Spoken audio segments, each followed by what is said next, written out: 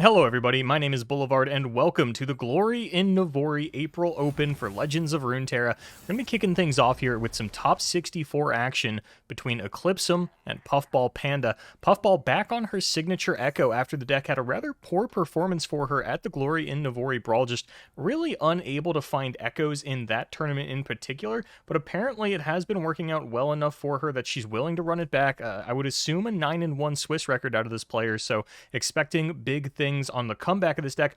On the other side of the table, we have Eclipsum, who, much to the dismay of the viewer at home, is not running back the Evelyn Kaisa that they ran through the Swiss rounds, has dropped that for...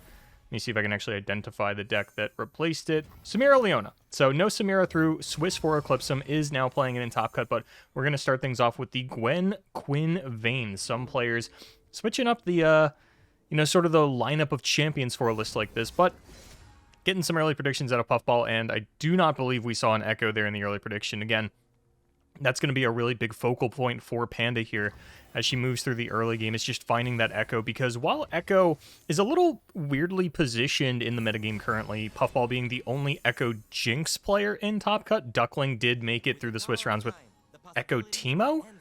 So you can puzzle that one out for yourself, but the only Echo Jinx player, the more traditional build of this. And while it's not doing super well into things like Karma Set or Jack Seraphine, it is doing very well into board-based decks, which Gwen Quinn kind of falls under the umbrella of. It does not play like some of the other board-based decks you might be thinking of, like Vayne Aatrox or Frostbite Midrange. It is a little bit more sort of cheat-focused with that Opulent Foyer Scout Attack sort of navigation, so we'll see how it actually does play out here as Puffball predicting yet again and once again failing to find one of the champions. Now, Jinx, not super important in a deck like this, and you do kind of have to wait until it's leveled because triple Cataclysm, triple Hate Spike do exist on the other side of the table here. Get a drop border, but again, not really what you're looking for. And it looks like it was a skip into a Jinx, so one of the champions online, but a little bit of an expensive hand to get that champion down in online just yet, so the Augmented Clockling going to come through. Another drop border, but another whiff on Echoes. Now, luckily, with this card, unlike something like the Zillion spell, where, you put a card back on top and then you predict, and then you put a copy of the predicted card in your hand, that card doesn't do anything when you skip. Augmented Clockling will still draw a card and reduce the cost even if you skip the prediction, but it looks like Puffball did decide that she wanted the Mystic Shot. A wide board, but not a very threatening attack, especially with Gwen lined up on the other side. Really just need to find one of the champions to level and then get a Voices of the Risen online. So for now, it looks like it's just going to be... Thought it was just going to be a slight poke with the Clockling, but Puffball lining up a few more attackers here, really trying to push the life total of Eclipsum and say, hey, I would like it a lot if you could block with that Redeemed Prodigy and make my job a little bit easier here. But no blocks, actually, out of Eclipsum, despite Puffball not having any mana, really just, I guess, having a read on that Mystic Shot and not wanting to lose to Gwen on the following turn. As when we look at the deck list for protection for this Quinn, we are not finding any copies of Form Up, so no health boosters out of Eclipsum, so pretty wise to hold that one back and not put the Gwen in range of the Mystic Shot, as that is Eclipsum's current game plan for taking over the game here. It's going to be some big blocks out of Puffball, but again, nothing coming off the top of the deck. Echo so pivotal in a matchup like this so that you can get either a full block or a full aggressive swing and then throw out the Chrono Break and really just run it down on your opponent's board and life total. So we're going to get, Echo found off of the Scrying Sands, as well as a drop border now surviving, and now deciding to pull it back and, yeah, change things out a little bit. Why not throw the Chronomancer, push a little bit more damage onto the Gwen, put her into Mystic Shot range. This might even be able to force a Hate Spike, as Eclipsum did seem to have a read on the Mystic Shot. But nothing coming. Combat gonna resolve here.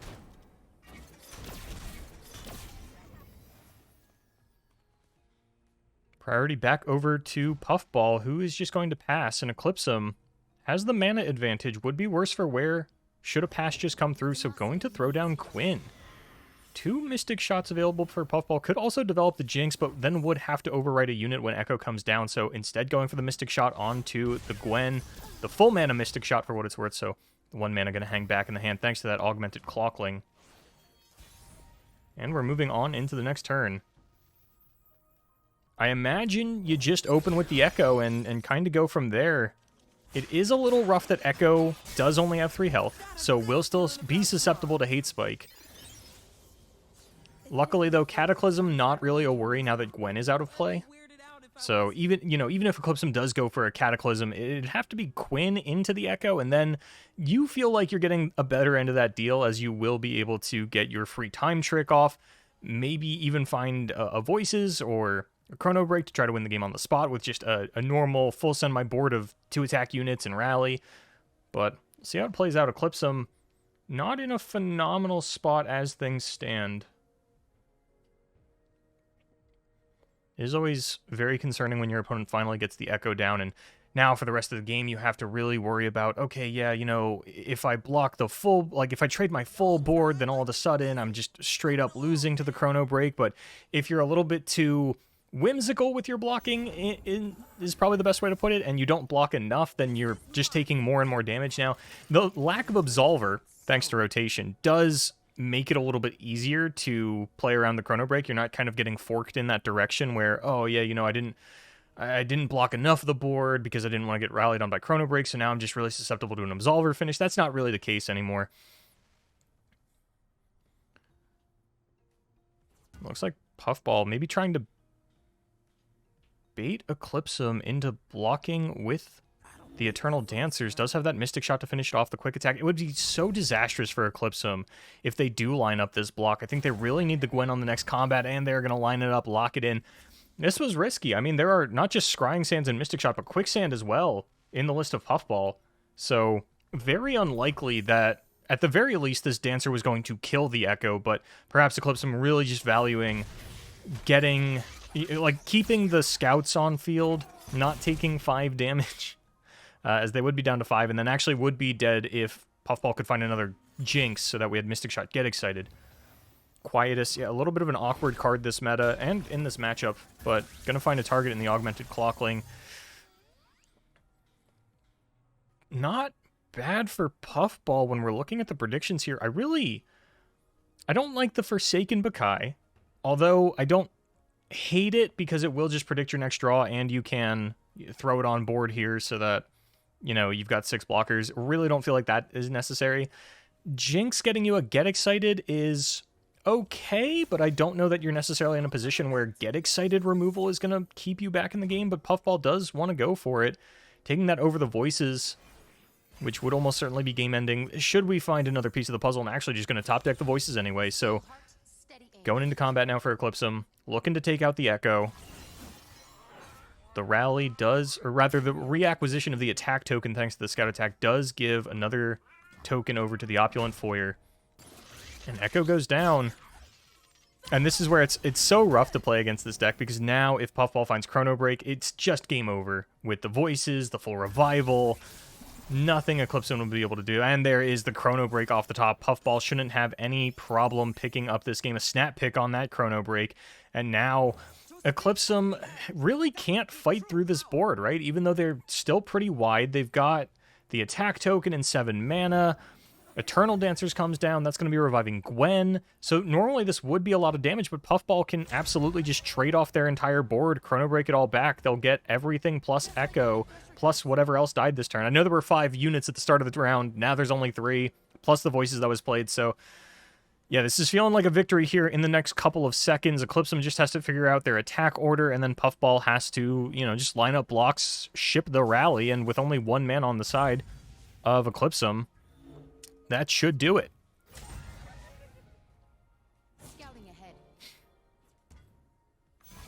Still deciding, actually holding back the Quinn, maybe trying to play for a future rally that is not, or a future level up of the Quinn that we know is not coming, because we know the game is ending right here, right now. These blocks look more or less fine. It doesn't...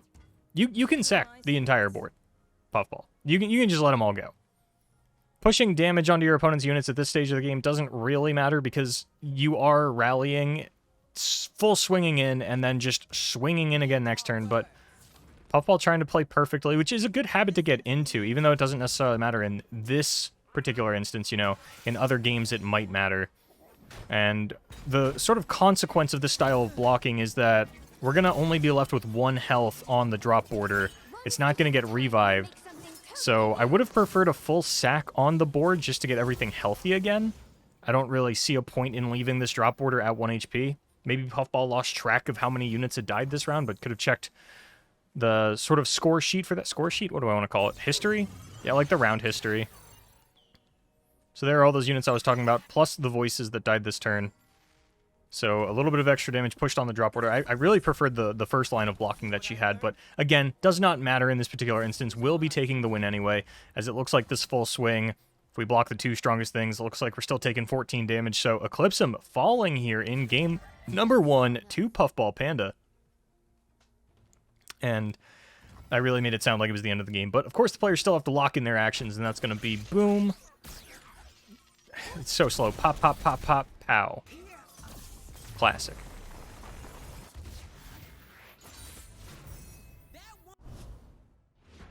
All right, heading into game number 2. Puffball Panda leads 1-0, and it looks like it will be the Samira Leona?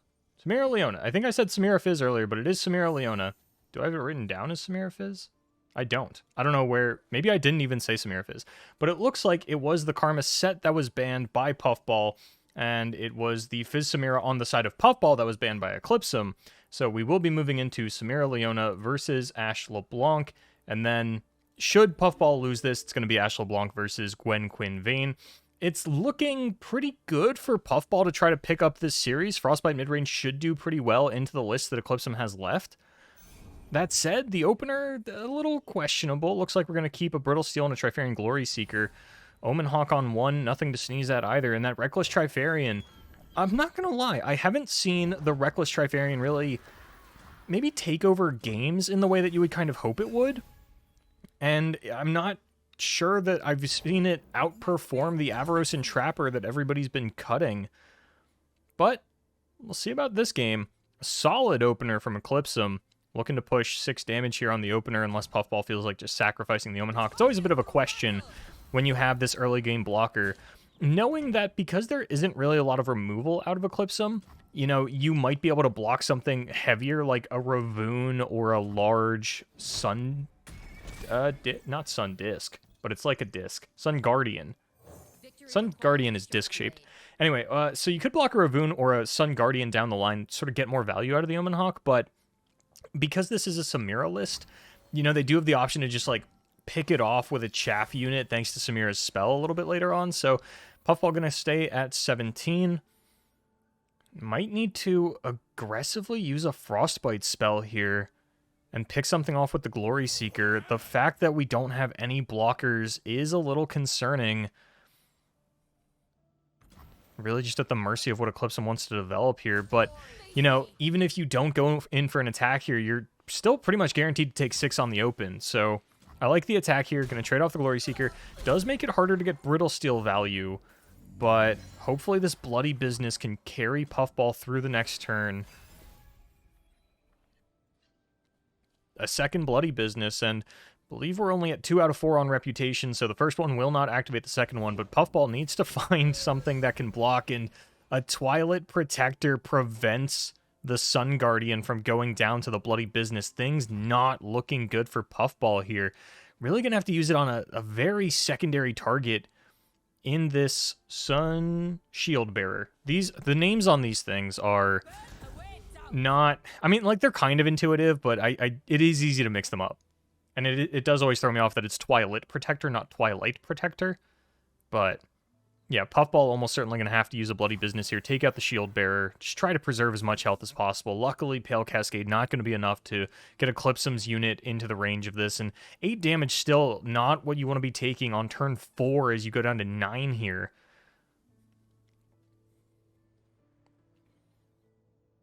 Really no other play unless you just want to use a Brittle Steel and hang on to these, and it looks like that is the route that Puffball wants to go. Gonna hang on to the Bloody Businesses. Bloody Biznai. That didn't feel right, but I said it, so we'll stick by it.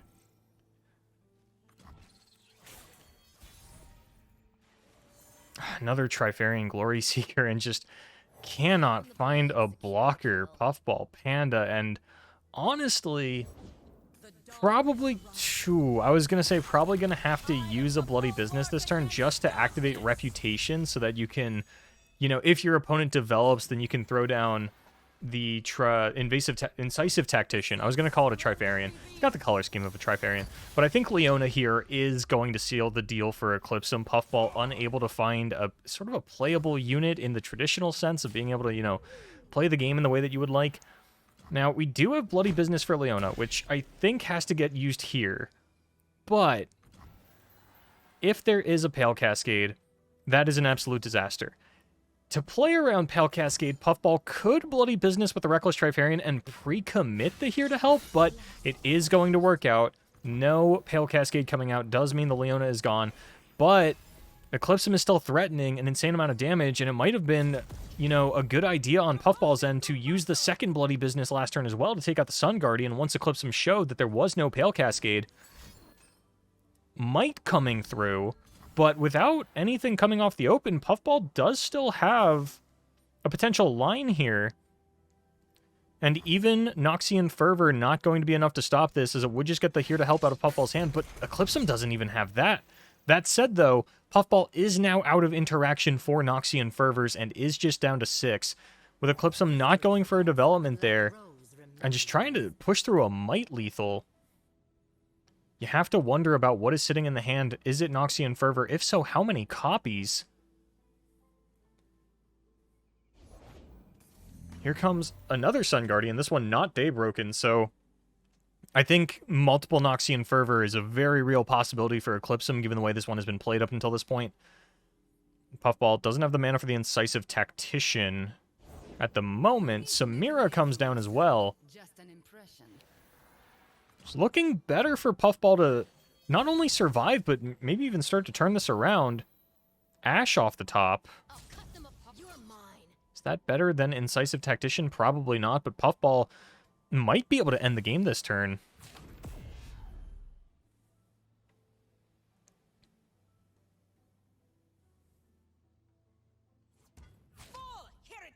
This is going to level LeBlanc. That's going to give over the Mirror Image, and of course Mirror Image not quite looping with Incisive Tactician, but very nearly.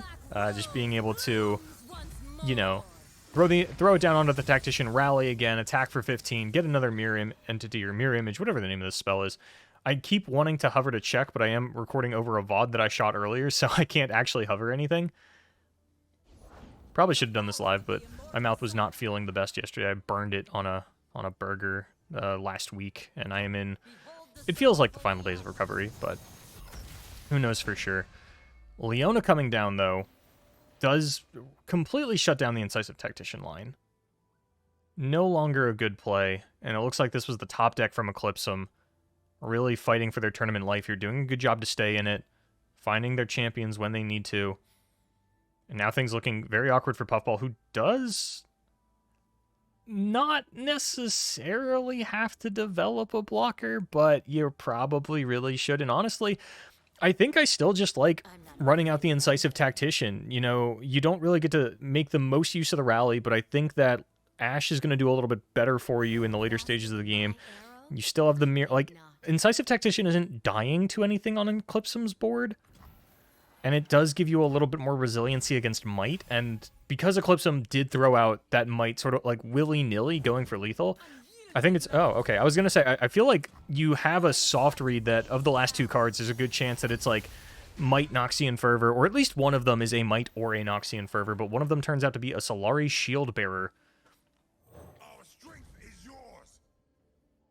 Here comes Avarosian Hearthguard. That's also a good mirror image target. Twilight Protector was actually the last card. So yeah, actually no burn coming out of Eclipsum, but they are still kind of wide. It's not lethal yet, as even their biggest unit would only push through 4 damage, and currently Puffball is able to keep up board parity, but if one more 3-attack unit comes down, we are looking at the end of the game, but Eclipsum goes to combat. Looking good for Puffball's survivability, at least for the turn. And we'll get another mirror image, or at least we'll have another mirror image available when they go to attack with the LeBlanc next turn. The issue, though, is how do you get rid of this Leona? Also, Puffball not using the Here to Help in order to save the Ashe. Eclipsum top decks the Noxian Fervor, though, and that is going to be enough to push us to a game number 3 here. Thought it was in the hand already. Turns out to be the top deck, and I gotta say, Leona followed by Fervor. Very strong top decks out of Eclipsum, but a weak opener from Puffball. We'll see if she can bounce back in game number 3.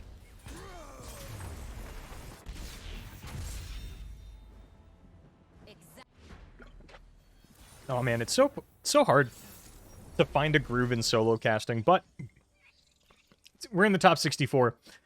I'm gonna get it together. My mouth still hurts, but you're gonna hear me mention that again probably. I'm gonna try not to, but it probably will just come up again. And again, I think I just like burned the back of my mouth. Remember to let your food cool down, kids. Slightly better opener this time around. Reckoning is a huge pressure point in this matchup. Definitely something you always need to keep in mind when you're playing against Ashe LeBlanc, lest you get blown out. But the triple hate spike does mean Puffball can't try for one too early, as likely will have, you know, a 5 attack, low health unit like LeBlanc and not the mana for the protection. Actually ships away the protection spell that she does have. And a rather slow opener, but that's kind of expected out of Puffball's build.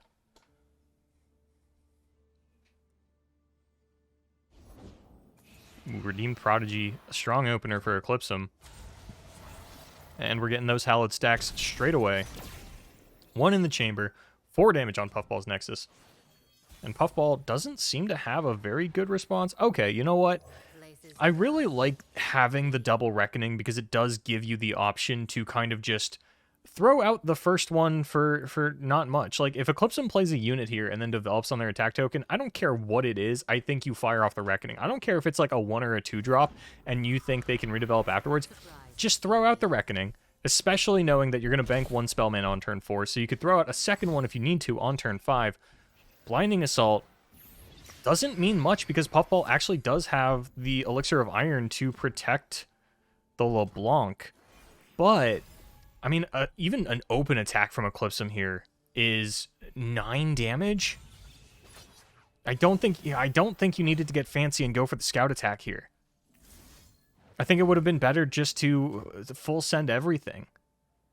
Puffball now has sort of the huge punish here with the Reckoning, and honestly, I think that this open attack from Eclipsum, so to speak, is still so strong that Puffball probably needs to throw out the Reckoning here, knowing that they have a second one on backup. They can develop something like a Hearthguard next turn and be in an okay position. I do not like playing Ashe here. If Eclipsum has another unit, and they do, Gwen comes down. And Gwen was already sort of the worst case scenario post-Reckoning, but now, look at this. I don't think Puffball is actually going to have an opportunity to Reckoning for the rest of the game effectively. This was a huge missed opportunity on their part to clear out, at the very least, a couple of Redeemed Prodigies. And I think just the amount of damage that this 2-drop represents was way too much for Puffball to leave open, and developing a second champion here, even though Ashe is going to survive, the Reckoning is still looking nowhere near as good. Even with this mirror image coming out, you know, like, if you Reckoning now on the open and Eclipsum throws down, like, even a Quinn is feeling really, really rough for you, and you don't have the ability to throw down a cheap unit and still hold up the Reckoning. So, like, you could go in for an attack here and Brittle Steel, but also, with the way the mana has played out now, again, susceptible to Hate Spike. Was susceptible to Hate Spike last turn as well, but that would have stunted further development from Eclipsum. Now, the Hate Spike gives them a lot more wiggle room going into their attack turn.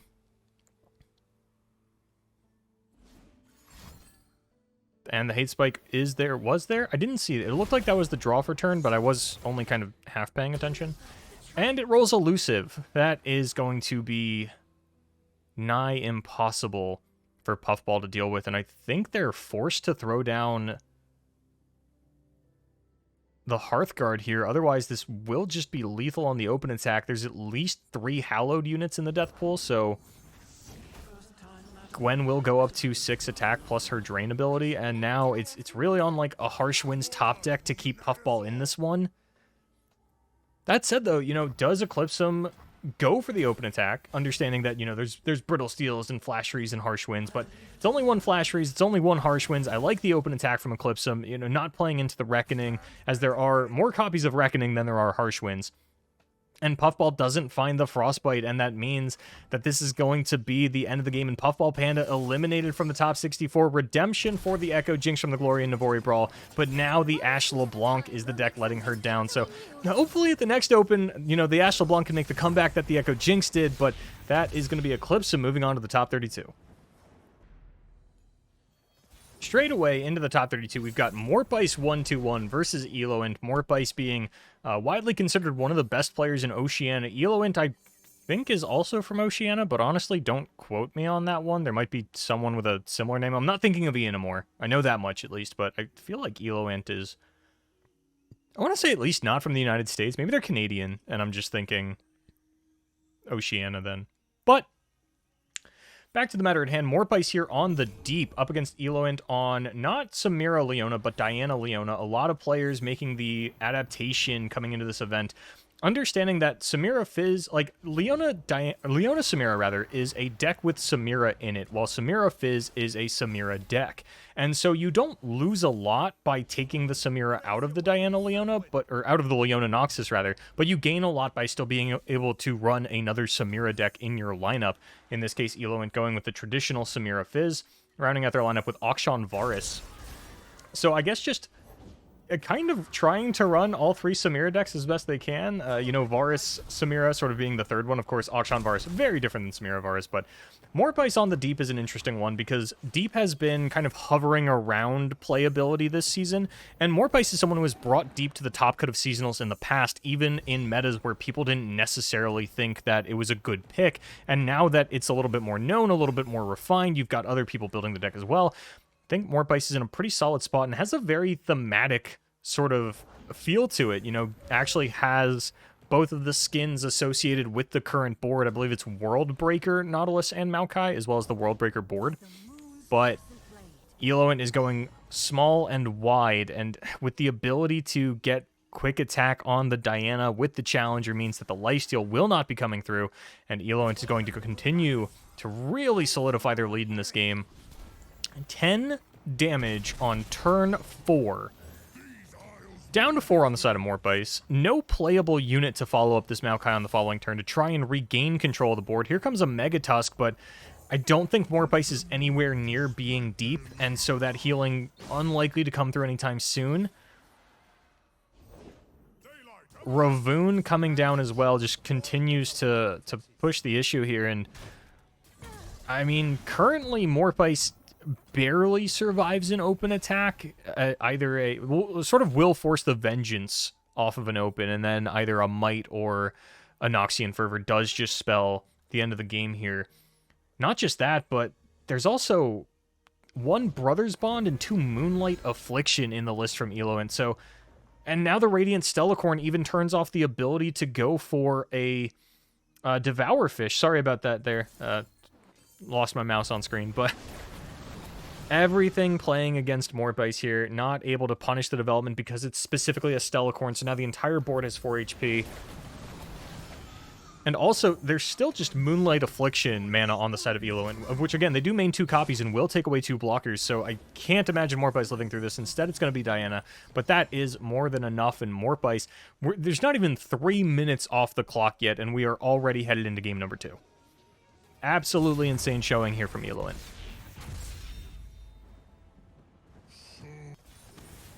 All right, bit of a rough start here on the side of Morpice, but they're going to run it back with the deep. Looks like Fizz Samira was the ban, so now going up against the Varus Akshan. And I do want to shout out that Morpice is running 2 copies of Heavy Metal in the deep, so that is going to pair well against the sort of, what's the name of the stupid weapon? Swinging Glaive. The Swinging Glaive style of gameplay that a lot of Varus Akshan players have started sort of moving towards. Buru Cultist, Lunari Cultist, and a single Ranger Knight Defector, sort of rounding out the Varus units that are being added to this list. So a little bit more aggressively postured than we might be used to out of Varus Akshan. I honestly kind of struggling to remember what Varus Akshan even looked like pre-rotation, but that's really neither here nor there. It's certainly going to be a slower game than the last one, right? No matter how aggressively postured this deck is.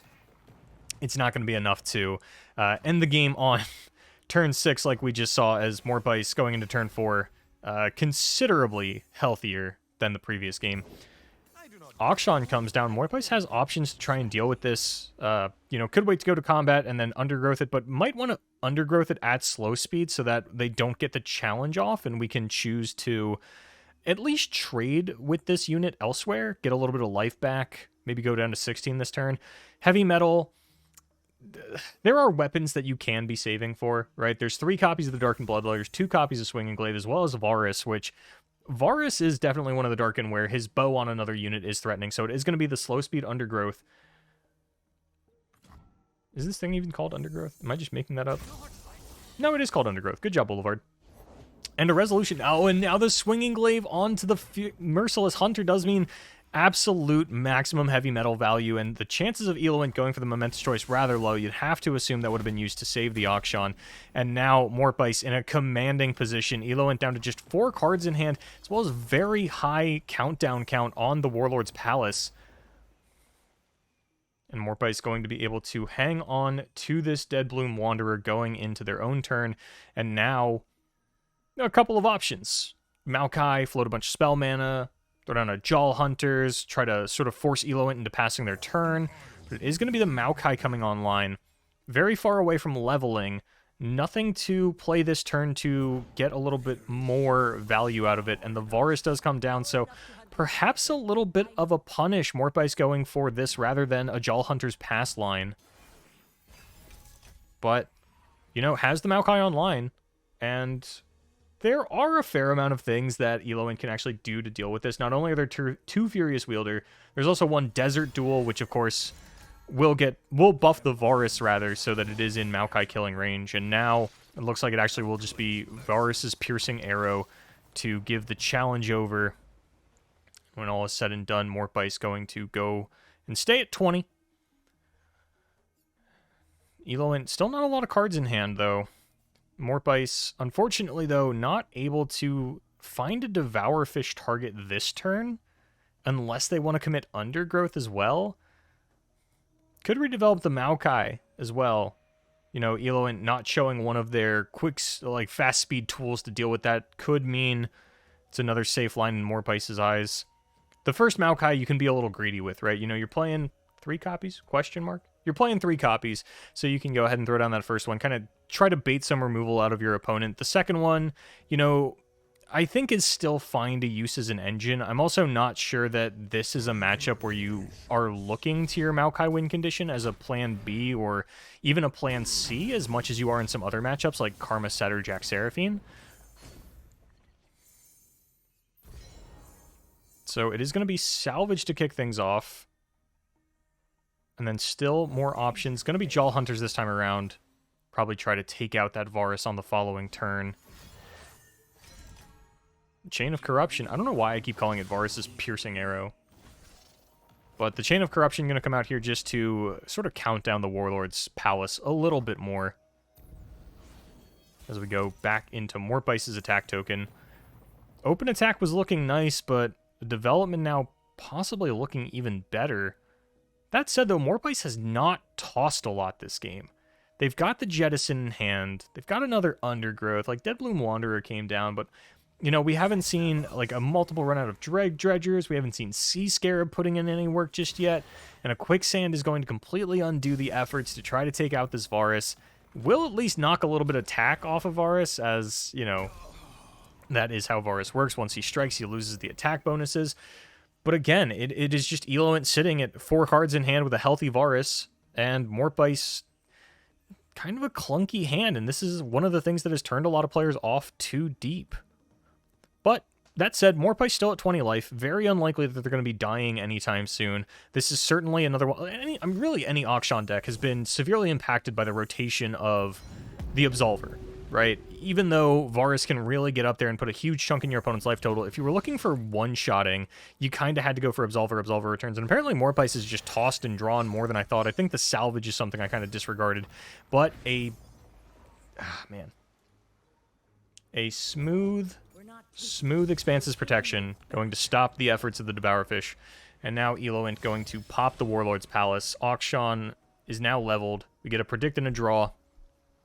But Morpice in a much better spot now that we are leveled up. We can try and take out the Varus again next turn with the second Devourer of the Depths, and this time around we'll actually have the Spell Mana Bank to play an Undergrowth if we need to pop another Expanse's Protection. And very unlikely that Morpice, at any risk of dying this turn, you know, it's very difficult for Varus to one-shot you on his own. Another Chain of Corruption. Eloent doing a very good job of just drawing all the Varus.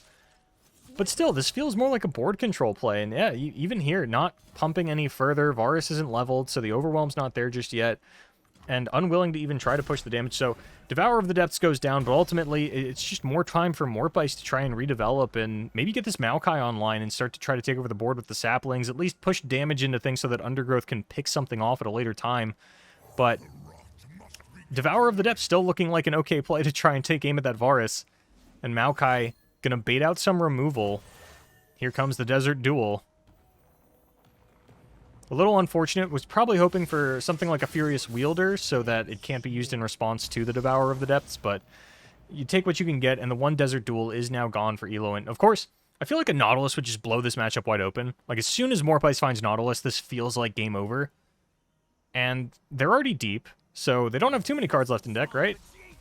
Find another Devourer off Jawfish, probably best case scenario, I would say, unless you're really looking to go wide with Sea Scarabs. I think Devourer, just having more options to take aim at this Varus. Soul Cleave is in the main deck for Morpice. One copy. I've seen a lot of Shadow Isle decks just kind of going for a 1 or a 2 of Soul Cleave, and just, you know, no particular over-the-top flashy combo in mind with a card like that. I think your main uses are just going to be either, like, double Nautilus for super cost reduction on your sea monsters for the turn, a big swing of healing off of a Mega Tusk, maybe just 2 hits of an Abyssal Eye, or something along those lines. Shipwreck Hoarder is in the main, so, you know, could get that off. I mean, even in the early game, you can just use it for more tossing, so I don't hate the Soul Cleave as much as I hate it in some of the other random-ish looking Shadow Isle decks that I've seen, but fact of the matter is, we're still just like one Nautilus away from the game ending, it feels like, as Eloent certainly not going to be able to get over that, and, you know, has already drawn 3 Varus, and I don't think any of them were tutored. I'm pretty sure they've all just been drawn. So now Megatusk's going to heal up Morpice back to full. There's Varus number 4. Eloent, a master of drawing this champion, apparently, but still not leveled, and with only 2 cards in hand, certainly not going to be a game-ending threat, and you have to assume that if Eloent can't find Akshan pretty immediately, that Morpice is going to have more than enough time to get into a Nautilus, maybe even a second Nautilus, and then kind of take over the game from there.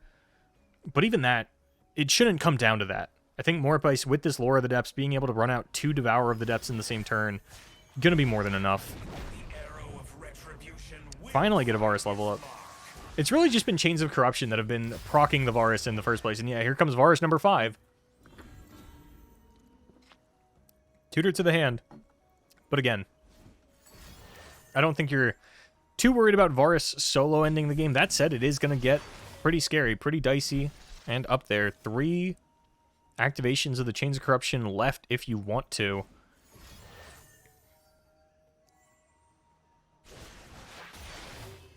But I don't think it's going to be lethal.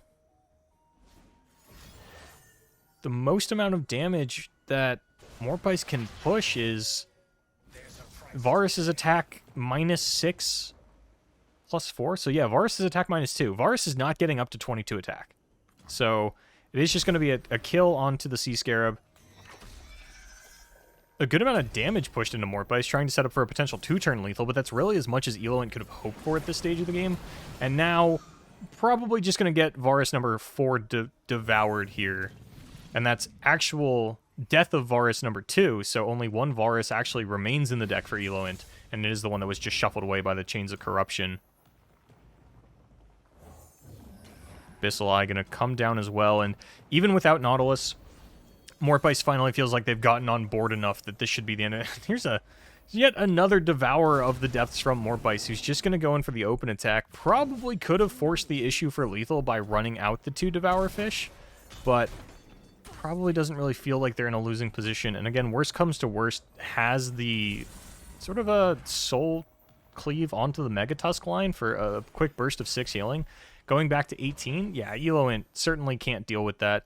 And even if they have the right of negation for it, there's no way that the other 2 cards in their hand are going to present lethal. That is not an Akshan. Even if it was, we're so far away from that countdown being a relevant factor that you got to imagine Mortbite's going to be able to clean this up on their next attack turn. Just waiting to see more cards out of Eloant's hand, waiting for them to spend more mana, and now we're going to get the Train of Devourers of the Depths. That Lore of the Depths finally coming in and allowing Mortbite to run out multiple units in the same turn does mean that this should be the end of the game. Okay, we're just going to undergrowth it. We're not even going to go for Devourfish number 2. We're going to try to see if we can get Eloant to play out one more card, and it's momentous choice.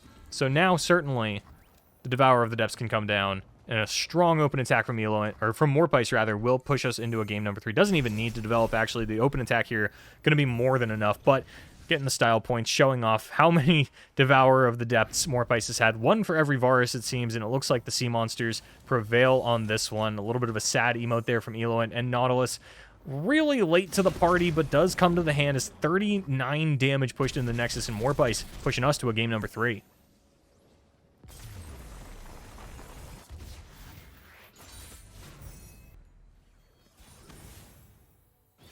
And with the Frostbite mid-range band out of Mortbite's lineup, they are left with Jack Seraphine looking to take down Akshan Varus. A matchup I am not too familiar with. I've played a lot of Jack Seraphine myself, have not played a lot of Akshan Varus, as, Samira Varus being the more popular variant. When you're not playing tournaments and you're just laddering, there's not a lot of reason to be on this build of the Varus. So again, not a matchup that I've played very often, and not a matchup that I've seen very often, as there are only 2 Varus Akshan players in the entirety of the top 64. But I have seen Jack Seraphine, and I know the powerful things that it can do. I can also speak to the fact that kind of light on interaction out of Eloant, like Furious Wielder as a 2-of, I think is the only thing that they have to kill a keg at fast speed, so this definitely, just as many Jack Seraphine matchups go, and why this deck is so well positioned, it's just another matchup where there's not enough interaction for the Mischievous Mirai, and you can probably get some very impactful board wipes with, a Caustic Rift, but neither of those cards in the opening hand for Mortbite, who has a little bit of an odd build here, going for the 5-punch Pablo. Well, I say odd, like, we've seen that before. We've seen the Pharaoh's Financier before. We found the BB, the Mischievous Mirai, so just in case you're all wondering, Mischievous Mirai's real name is BB, so if you ever hear me or another caster talking about BB, it's B-I-B-I. That is Mischievous Mirai.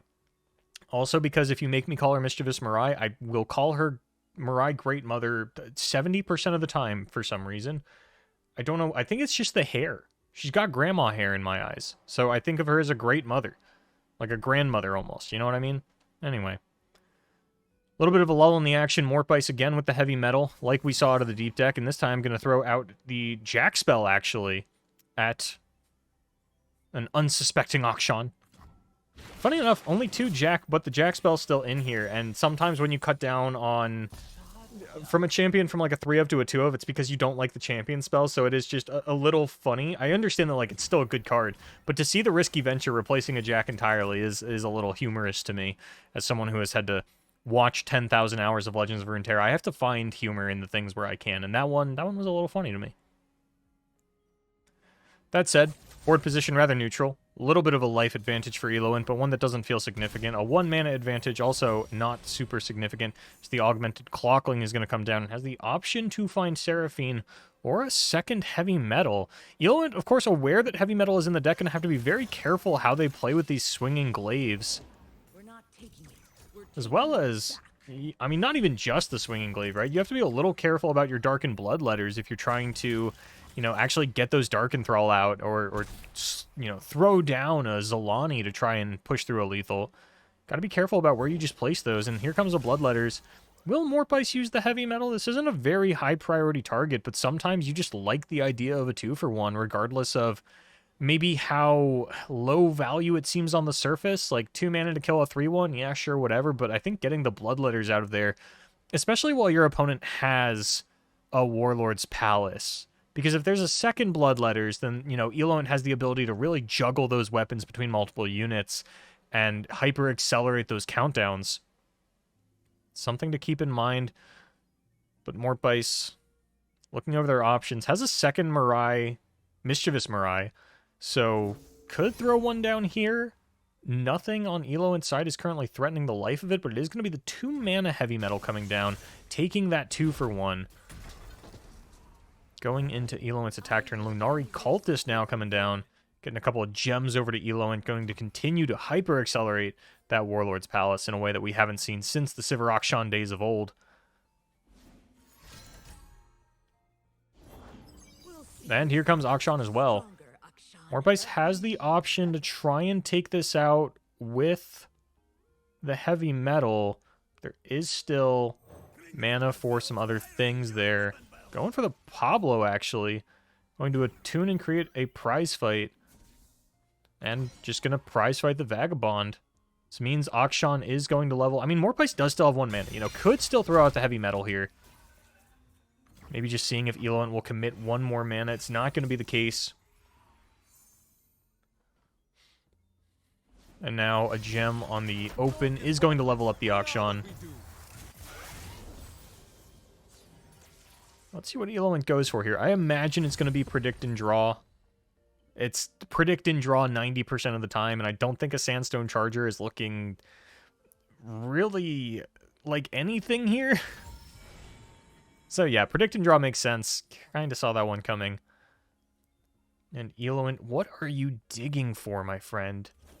Got some okay options here. You know, Merciless Hunter could help take over the board a little bit. Varus to try and get us more online. You've already seen 1 Heavy Metal come out. Maybe you're looking for a Swinging Glaive. And here comes the second Darkened Bloodletters. But with Akshan being leveled, not enough mana to take it out with just a Heavy Metal. Would have to use a Hex Obliterator, but there's bigger fish to fry with that one, probably. And Expanse's Protection, I think, is something that Morpheus has in mind, and likely why they didn't throw out the Heavy Metal onto the Akshan at the end of the previous turn. You know, there was 2 mana represented. A weapon had been equipped, so that spell is down to that. Second Lunari Cultist. Only 2 cards left in the hand of Eloant. Morpheus has the option to start throwing some things out here. But not quite enough to do anything super impactful. You know, we're just shy of the back alley bar. We don't have any fast speed spells that we could play with the Mischievous Mirai. You could just kind of rip off a Sun Spinner, but... or a Song Spinner, rather. But it's not always most pertinent play. Song Spinner is available as an option here. Eloant is tapped down below the point of doing anything super relevant or scary. You were, you know... excuse me.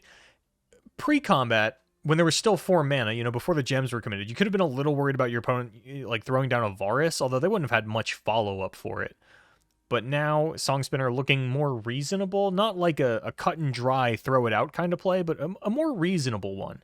And again, do want to shout out, there are 2 coins in Morpheus' hand, so it does have +1 mana on that side, but can't fill you beyond your actual mana value, so would not be able to use that to go up to, say, 8 mana here, you know. Would be 6 mana and 2 spell mana still. It looks like we're going to take a bit of a safety block onto the Akshan. Just trying to stay healthy here. Always have to be cognizant of the Varus lethal. So even though there's only 2 cards left in hand for Eloant, Morpheus playing respectful. And now we're going to get down the Mischievous Mirai. This means that the Heavy Metal can take out the Akshan. But again, there's just still no follow-up for a potential Expanse's Protection, but you got to do what you got to do, and Morpheus throwing it out here, seeing what we can see, and it's going to be momentous choice. But that is still going to take care of the weapon, at least.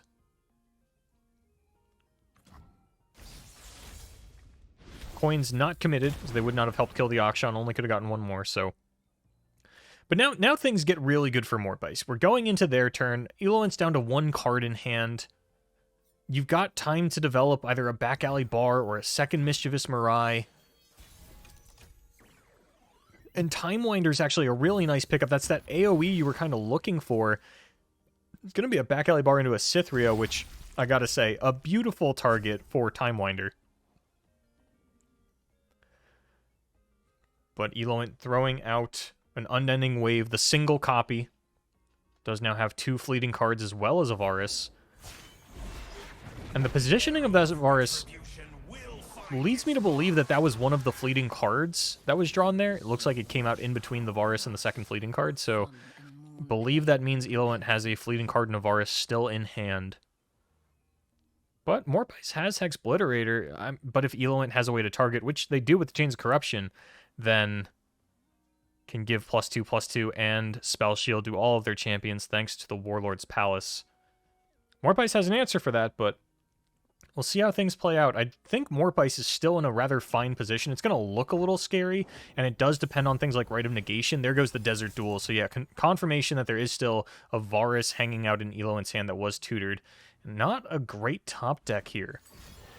There's the Chains of Corruption. I imagine this is going to be Eloent trying to push the lethal with the Varus and the Auction, giving Spell Shield to each of them, and pulling these units to the side with the Lunari. Some sacrificial lambs. There's the Shield of the Sentinels, yeah. But Morpice has an answer for this.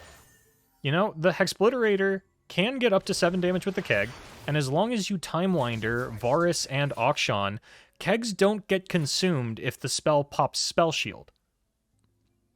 So Morpice here can line up the Hexbliterator first, then line up the Timewinder. That will kill Varus.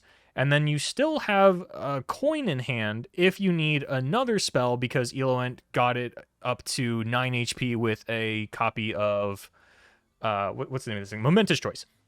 That said, if there is a Rite of Negation in Eloent's hand, this is just game over. There is nothing that Morpice can do about that. They have to put everything on the stack as is, but Hexbliterator Timewinder will save them here. They'll still take 7 damage, but they will take out the Varus and very critically save the Mischievous Mirai, but instead Morpice goes for a... I don't think that you... Well, okay, so if Morpice finds something that targets, they can still coin into the Hexbliterator, but they don't find anything. Inside of Ages, what can you give us? Oh, focus speed targeting means we still can't pop the Spell Shield on the Varus. And honestly, burst speed targeting would have been a little rough as well because it opens up Eloent to have an Expanse's protection. Ooh, man, I don't know what Morpice was looking for, why they were so unwilling to go for the Timewinder with the Hexbliterator, but now it looks like that's going to be game over. I don't think Morpice can crawl out of this. We've only got 2 coins in hand, so we're only going to go back up to 5 mana. And that is not what you want to be seeing here. I don't know if Morpice is either unaware that popping Spell Shields doesn't consume Kegs, or really thought that the math was in their favor on finding a targeting spell off of the Suttering Song Spinner to pair with the Hexbliterator after a coin. But either way, the play does not work out, and Eloent is going to be moving on to the top 16 as far as I can see.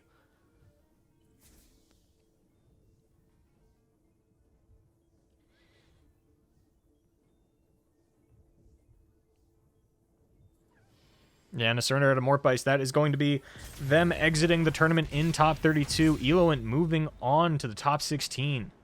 And thanks to the power of a little movie magic and not doing this live, we are already cresting into the halfway point of the tournament with X-Dragon 55X up against Red Pup Games. The cup is mine in the top 16 of the Runeterra Open. Now, Cup on the Diana Leona Kale, another one of the players that has chose to cut the Samira from the Leona list, but still run Leona Noxus to free it up elsewhere in their lineup, this time on Samira Varus and pairing that with Quinn Vane Aatrox. We're on the side of Dragon 55X. I know you're so used to seeing scouts out of that Bilgewater Demacia combination, but it's actually Alawi Jarvan rounding that out with Karma Set and Samira Leona. Now, Alawi Jarvan's a bit of an interesting deck. It's one that was on my radar, but I wasn't really looking at super hard. It looked like it had a lot of the same matchup charts as Elites, and honestly, I was pretty surprised to see it come in as the 6th most popular deck in top 64 Swiss as well as Top Cut. The only deck outside of the top 5 to get more than 55 players. Or not 55, sorry, more than 10 players, rather. 50, where did I even come up with... Oh, I was looking at Dragon 55X's name. That's where I got the 55 from. So now, Cup gonna run out the Diana, which, again, one of the reasons that you're allowed to cut the Samira from this list is because this is effectively, like a 2-2 challenger is all you really use Samira as in this matchup. I mean, obviously Samira can give the challenger to other units, so you can take advantage of some temporary stats from the Shield Bearer and whatnot, but Cup gonna be able to use it here to try and take out this tentacle with the weapon equipped to it, and Dragon has something to say about that. It's going to be single combat to take out the shield bearer instead. Get a little bit of value back out of that tentacle. And the cup is mine on a little bit of a clunky hand, but still a nice curve. You know, going to be able to get down that Sun Guardian into the Ravune. Likely going to get a unit off Ravune. Not a guarantee, but usually that's how it works out.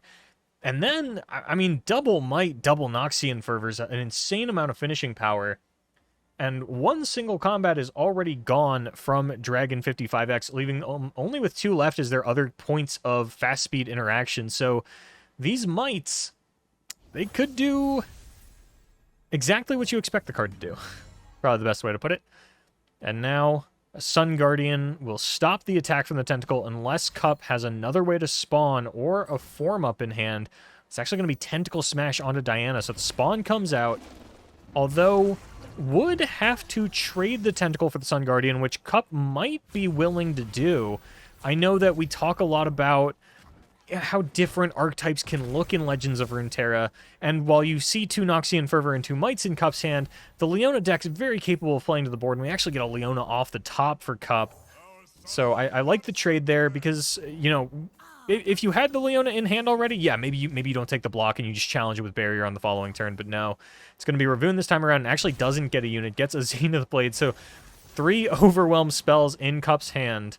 None of them permanent. R.I.P. Zenith Blade paying for the sins of Pantheon. And now Jarvan going to come out to deal with the Ravune. This is awkward for Cup. You could Noxian Fervor to take out the Voices, or to take out the Barrier and take Jarvan's Barrier away. Make sure you're trading with the Ravune, but this still leaves the board pretty solely in the advantage of Dragon 55. Cup going to be able to get down to Leona on the following turn, though, and start to fight things back from there. Shield Bearer as well. Would have liked to have the Ravune around for that, but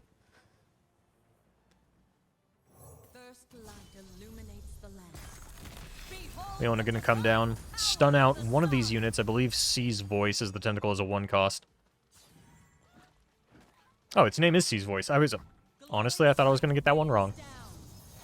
So Dragon still has some pretty good plays here. Obviously, it's not quite turn 8, so they can't get down Naga Kaboros. Would have been a pretty safe time to do it. Cup still has that Sunburst available. Some decent targets for it here as well. You really don't want your opponent to be able to run away with, you know, multiple spawners on board, and then Alawi comes down, and suddenly you're in for a world of hurt, especially with the... Oh, wow, actually just going to pass out of Cup, not allowing Dragon to develop further on that turn, and now Alawi is going to come down. And this does give Cup the opportunity to Sunburst with a Leona ability. So, gonna Leona first. This is gonna stun out one of the C's Voices. Not the one with the weapon, though. I believe that's a random 50-50 when it comes down to it. There's been a lot of discussion about how it's not, but I'm pretty sure we did end on the fact that if 2 units have the same power, health, and cost, then it is just a straight up 50-50. So now Alawi gonna get really big. The tentacle gonna get really big as well. Cup not gonna die, though. Not even really in danger. Well, they are in danger of dying. Okay, I was gonna say they're in danger of dying if a single combat comes at her. Maybe not dying, but committing double Noxian Fervor, which I don't think you want to use in a position like this. It's going to line up the blocks. If Dragon does have the... Ooh, nope, a little bit of a rearrangement. I thought that was locked in. Oh, no, that's right. One of the Fervors is gone, so actually doesn't have that option. Would probably just be dead to single combat if the 3/6 blocks Alawi and nothing blocks the tentacle. So, got to be cognizant of that. It is a lose condition here. Now, though, single combat would not push any additional damage. It would just be the death of the Leona. So Cup definitely going to survive here. Form up also just shy would put Cup at 1, which honestly, there is a 1 of Riptide Sermon in the list of Dragon at 55, so form up Riptide Sermon was a real possibility there. As funny as that would have been. But Cup gonna get on board a little bit more. I have to imagine the Sunburst is coming at this Tentacle fairly soon, probably right now, and then you can use the Challenger from the Leona to finish off the Alawi. But you've got to get that Tentacle under control. And you do have to Daybreak this Sunburst to deal with it. But it's going to be Sun Guardian instead. Cup stunning out the Tentacle. Not valuing taking that out. Instead, just going to try to control the things that are dealing overwhelm. So going to have to kill the Alawi and the Sea's Voice this turn. Cataclysm onto the Sun Guardian, but Cup has Fervor to answer. This is susceptible to form up. It's also susceptible to single combat. A lot of things could blow this play out of the water. There is a form up from Dragon Guy.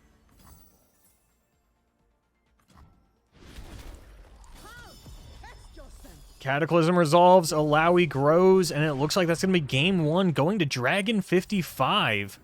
Cup not playing respectful enough of the Tentacle and paying the price for it.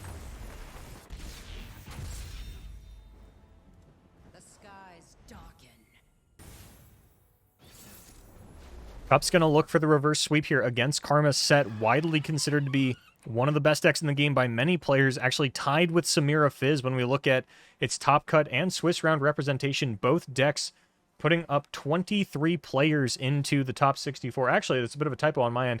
Tied for 23 apiece, Karma Set and Samira Fizz in the Swiss rounds, but one of those Karma Set players jumped ship coming into top cut, putting Samira Fizz in the lead, although when we're just looking at what was the most played deck, it was Noxus Leona, because it didn't feel right to categorize Samira Leona versus non-Samira Leona when the decks are all fitting into the same strategy. So I blanketed it all under Noxus Leona. We had 33 of those coming in from Swiss and 35 from Top Cut. So the only deck to take up more than half of the representation was Noxus Leona. And for those of you curious, 18 of them were Samira each time. So if we just separately counted Samira Leona and Noxus Leona, then Fizz Samira would have been the most played deck at the event. But now we're underway with Karma Set up against Leona Diana Kale. And it's just one Diana and one Kale. Couldn't even pick another champion to run it to of, just putting in some other tech options like a Pirouette, a Reckless Trifarian, a Sunburst. I know I named 3 cards for the one champion slot that you got back, but that's just how it is sometimes. And there's really just a lot of flexibility within this Noxus Targon region. You know, how you want to play the deck, how aggressively you can play it, and that Sunburst tech does look really good into some of the matchups, like the Alawi Jarvan that we had just seen, unfortunately, Cup. Just never quite pulling the trigger on it, and now getting kind of stalwarted here against Karma Set on the turn 4 attack token, even losing the Pigeon to the High Note. Has a Fervor available. Could take out a blocker with this, but, you know, there's still a 3-4 sitting on the other side. Makes you kind of reconsider whether or not you want to send everything into the Wolves. But actually going to use it to knock the 3-4 down a peg so that if Dragon X wants to block, there's going to be quite a lot of trading going on here. And then Cup going to be able to rebuild board dominance with Ravoon plus Leona. But the hand could be looking stronger from Cup. Looks like Dragon has done a really good job of stabilizing thus far. We're only on turn 4, but if Dragon can just hold on a little bit longer, I mean, a set would go a long way in that as well. It's one of those cards that Leona can't handle, just, you know, only having 4 attack for the 5 HP. So right on time, a set comes down that's probably going to force the Leona out of Cup. Do not want that champion coming in for a challenge.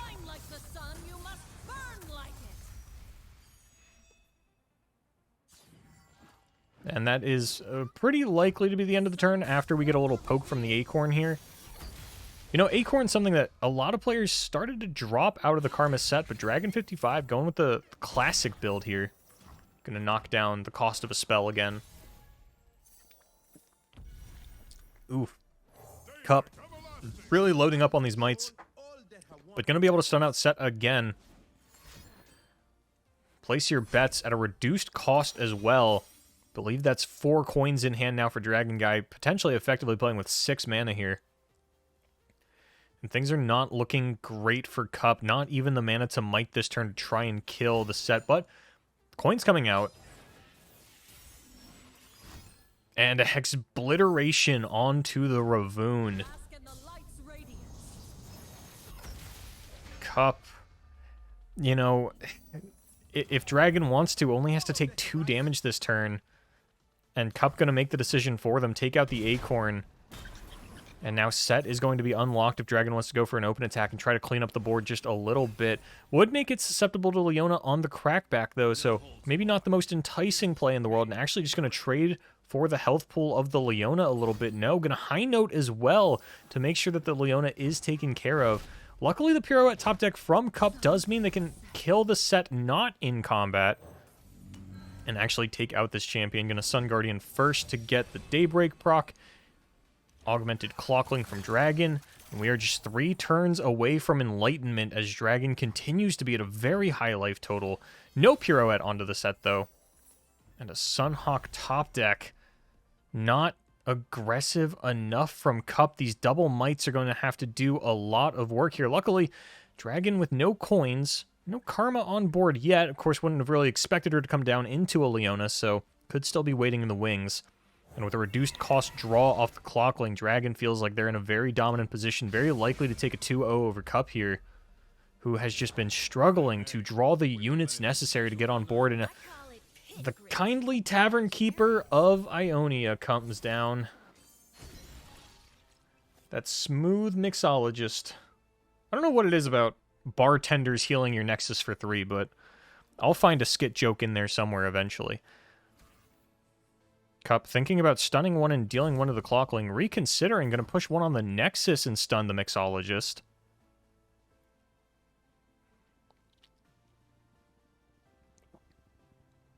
And I feel like Cup's best bet for victory here is Dragon getting a little greedy with a Karma block and potentially losing it to a Might. But Dragon actually goes for nothing. And that means, you know, Concussive Palm or some kind of interaction likely. It's not even necessary, though, right? Yeah, here comes Mystic Shot onto a 2-2, just to try and stay as healthy as possible. Might comes out because you've got to use them eventually. We're actually just going to double Might, push 10 into the Nexus. Dragon going to suddenly fall down to 7, but Cup only at 1 card in hand.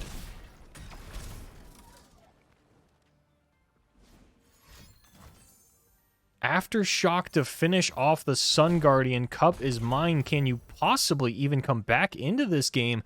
Keep in mind as well, Set's ability has not been procced yet. They can take out the Sunhawk for free, and a Solari Soldier is one of the worst top decks you could get at this stage of the game. You have to assume that Dragon Guy is going to be able to take this one. We're on turn 9.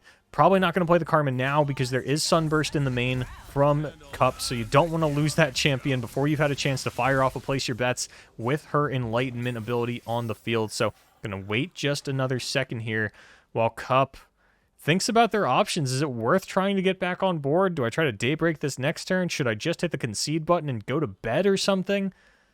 Oh, not looking good for Cup. You have to assume Dragon's going to move on here.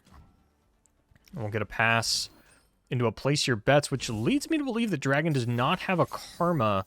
Otherwise, you'd have to assume Karma into Place Your Bets would have been Dragon's turn as soon as they got priority back. And another 1-drop top deck from Cup is mine, continuing to look disastrous. Enough coins in Dragon's hand to certainly get Set's ability online. And the 3rd copy of Smooth Mixologist, going to put them back to half a life total. And a surrender out of Cup is mine, understandably so. Dragon 55 moving on to the top 8.